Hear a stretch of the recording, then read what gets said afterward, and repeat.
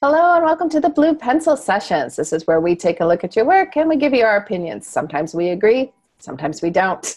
I'm Eileen Cook and I'm here today with my two colleagues, Crystal and Donna, and we have a chance to take a look at Snow and Axes. And this is a scene coming from Mary Jane where the character is letting in the fire department because something has happened to her mother upstairs. So just in terms of some big picture stuff, some things I wanted to sort of highlight is there's just a lot happening in this scene. There's a lot of good action and conflict. And I feel for this young girl who is in this situation. So I thought that worked really well. So does my dog. And the details around the sensory stuff is what makes that work. I wonder, Dawn, if you wanted to speak about the fire department. Okay.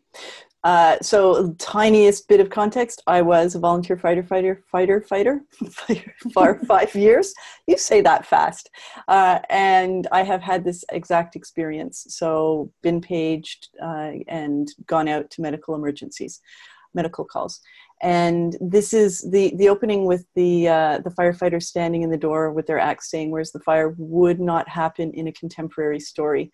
So I don't know, Mary Jane, if you've written this from the 1950s perspective or as a historical, but if it is contemporary, dispatch will tell us on a pager that what we're responding to. And they will say medical, and they will give us details of 59-year-old woman not breathing or something. So when the firefighter arrives, we have got the gear that we need to attend to what we've been told by dispatch, which is what your 13-year-old character would have told dispatch. So that's one thing. 2 people would arrive at the door immediately, followed by, depending on what the emergency is, there will always be 4 people in a truck. You'll very rarely respond with fewer, and it can be up to 2 trucks, which can have up to 10 people, depending on what the emergency is. So in this case, I would suggest it's probably only going to be 1 vehicle. You'll probably have 4 or 5 people. 2 will immediately go, "Where's the patient?" The 3rd person will have a clipboard, and they will keep the person who called 911 and ask them questions. Look at this, I'm getting emotional. Oh my God, I didn't like doing it. So I've done the clipboard thing. Oh my goodness. Anyway, so they get to ask the questions. What was, and I can actually, if you want, I can actually give you one of those sheets, and you can know what the questions are. So that whole firefighter thing, I just wanted to give you that. That's not the way it would happen. And so she would be engaged. There would be a little conversation that you'd learn a little bit about the mother if you want to stick with her and not go upstairs to the mom. That's there. I'm just going to. Okay. And I think that's really interesting and helpful, right? Because I think it's a good example for all writers. Like we sort of have a sense sometimes from watching TV, what those kinds of situations would be like. But it's kind of useful to get that idea. And I also, even without having the firefighter specific knowledge, I found it's strange that, that they didn't know why they were there. That was one thing that did throw me. And that they were doing things like carrying one of the kids downstairs. Like they just didn't seem as accurate to me. And sometimes real life is not as important as making it feel accurate for a story. So I don't think you have to necessarily do everything specifically, but thinking about that. Yeah, they would never, 2 firefighters or a firefighter wouldn't carry the kids out of the way. And they would be calm though. They would definitely not be like, "Oh my God, where's the not breathing woman?" But that's my job as the one who officially panicked. That's why I'm no longer a firefighter, because they just couldn't do it. Pretty obvious, right? Anyway. So I wonder, Crystal, do you want to talk about the emotion of this character and kind of how that works?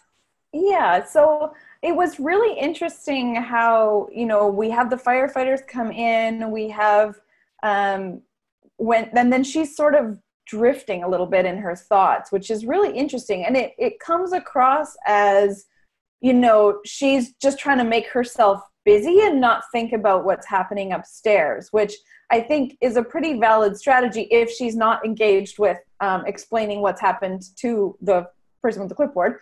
But in this case, I really wanted like some hints of what was happening so that we knew if she was purposely avoiding thinking about what was happening upstairs, or if this mother not breathing is to be expected because she's been dying for weeks and now you know, and that's a very different experience. And then sort of, you know, we were just sitting there and suddenly she stopped breathing. If you're expecting it, it's a very different emotional response. And so I think that's something that wasn't really coming through here. And I think with just the tiniest little bit of detail inserted, like maybe she hears the thump of the boots from the turnout gear upstairs with the firefighters right as they walk around, or they're, you know, checking her mom, or whatever it is they're doing, there would be some kind of hints to that. And that would keep the tension. It would keep our brains in the fact that there's an emergency situation unfolding upstairs. So that was one of the things that just kind of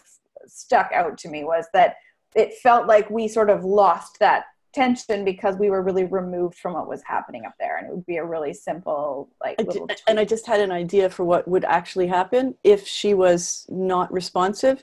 There would be one of those firefighters would call down to the fourth guy, or the third guy who'd gone up would come down, and they would say, bring a stretcher, and someone else would bring the stretcher in. So that would be one way to also up the tension, and would be something you'd expect if she's not responsive.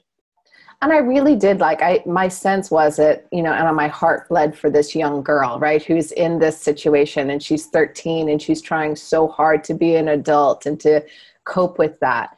But it also raised questions for me. So some things to think about. And part of that may depend on where we are in the story, like if this is our opening chapter or if this is something that might be happening later. But she's talking about her mom. It makes me wonder where the dad is. Like, is he out? Is he somehow unavailable?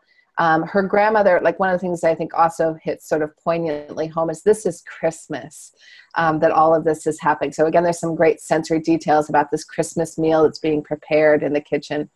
And her grandmother is in the kitchen, and she's unaware of what's going on because she's deaf, which I think is a kind of an intriguing little detail. But then I had questions. So why the young girl, I mean, it would take at least some amount of time for obviously the rescue service to get there. Like, why she hasn't communicated that to her grandmother, like why she hasn't gone in and either written her a note or done some sign language or somehow indicated, hey, grandma, we have a problem. Does it that she doesn't want her grandmother involved? Because that's intriguing to me. Like, I can keep this a secret from her. Does she think grandma will be absolutely useless and make things worse? And so she's not telling her for that reason.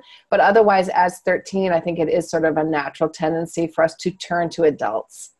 And so the fact that she's deliberately somehow made that choice not to, or it hasn't occurred to her that she should, is intriguing to me. But I need a beat more to kind of understand what's behind that, if it's anger or something else. So that would just, for me, I think, add to that tension as well. Anything else, ladies? All right. I want to read more. Yeah, it's left me curious. It really has. And everything I think that we're saying, I think, is all in agreement. It's like, this is one of those scenes that, unlike somewhere we're saying, well, we don't need this and that takes me out. It's like, no, give me more, give me more, give me more. Like, bring me even deeper in, because this is really intriguing setup. Well, and if this is an opening chapter, what a great place to open.